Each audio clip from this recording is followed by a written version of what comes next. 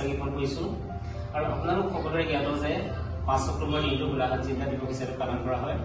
1987 চনৰ 5 অক্টোবৰত গোলাঘাট জিলা এখন পূৰ্ণাংগ জিলা হিচাপে চিহ্নিত হৈছিল আৰু তেতিয়াৰ পৰাই 5 অক্টোবৰ দিনটো সমগ্ৰ গোলাঘাট জিলাতে গোলাঘাট জিলা দিৱস হিচাপে পালন কৰা হয়।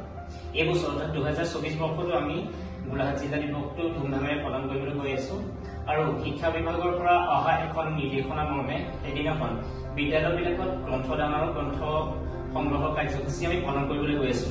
গতিকে আমি 1 নং টাউন আদৰ্শ বুনিয়াদী বিদ্যালয়ৰ ফালৰ পৰা সকলোকে আহ্বান জনাওঁ।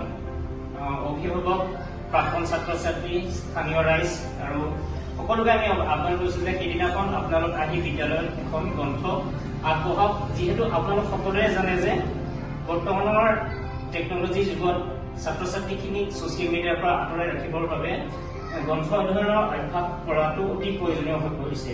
সেই সময়ত যিহেতু বৰ্তমান সময়ত আমাৰ বিদ্যালয়বিলাকলৈ চৰকাৰে বিভিন্ন গ্ৰন্থ আগবঢ়াইছে যদিও আপোনালোকো এই মহৎ কাৰ্যৰ অংশীদাৰ হ'ব পাৰে। গতিকে সকলোকে আহ্বান জনাইছো আপোনালোকে একোখনকৈ গ্ৰন্থ আমাৰ বিদ্যালয়লৈ আগবঢ়াই এই কাৰ্য সফলৰূপে ৰূপায়ণ কৰিবলৈ মই আহ্বান জনাইছো। ধন্যবাদ।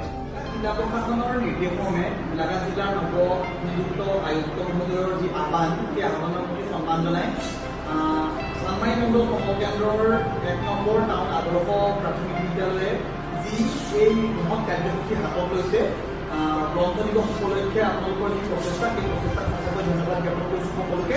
আৰু মই আশা ৰাখিছোঁ গোলাঘাটৰ আমাৰ স্থানীয় সকলো ৰাইজ, অভিভাৱক, ছাত্ৰ ছাত্ৰী সকলোৰে সহযোগত আমাৰ যাতে গ্ৰন্থ দিৱসটো 5 অক্টোবৰৰ দিনাখন উলহ মালহেৰে পালন কৰিব পৰা হয়। আমি গোলাঘাট জিলা প্ৰশাসন আৰু নৱনিযুক্ত আয়ুক্ত মহোদয়ক এই সুবিধা দিয়াৰ বাবে ধন্যবাদ জ্ঞাপন কৰিছোঁ। ধন্যবাদ। নমস্কাৰ।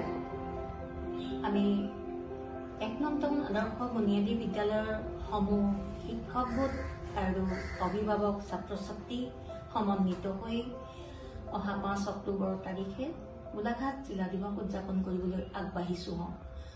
আৰু এই দিৱস উদযাপন কৰিবৰ উদ্দেশ্যে আমি সকলো অভিভাৱক, শুভাকাংক্ষী, প্ৰাক্তন ছাত্ৰ, বিদ্যালয় সমীপৱৰ্তী ৰাইজক আমি বিনম্ৰ অনুৰোধ জনাইছো এই উদযাপন সাফল্যমণ্ডিত কৰাৰ ক্ষেত্ৰত আমাক যেন সহায় সহযোগিতা আগবঢ়ায়।